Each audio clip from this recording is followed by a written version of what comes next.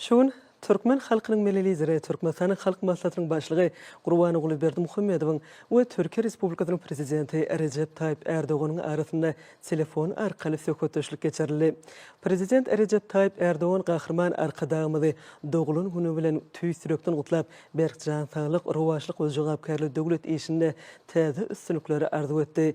Hemem gahrman arkadagymyzyň dep bolan Türk-Türkmen dostlukly gatnaşyklary hasam putulanyrmaga goşýan uly goşandyny belledi we pursatdan peýdalanyp hormatly prezidentimiz Serdar Berdimuhammedowa mähirli salamyny aýtdy.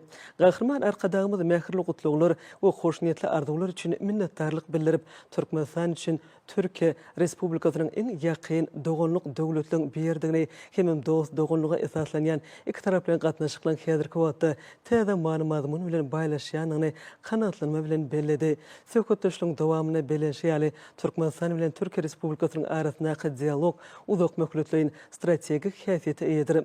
Halklarymyzyň dil, medeniýet we ruhy taýdan umumlygy döwletara gatnaşyklaryny eýdigdirli ösürmäge ýardam berýär. Iki ýurdun hökümet wekilletleriniň eýdigdirli amalaşýan özara saparlary, şeýle-de puduklyň idaralaryň arasyndaky maslahatlaşmalar we gepleşikler hyzmatdaşlygy putulanyrmaga uly goşunty goşýar.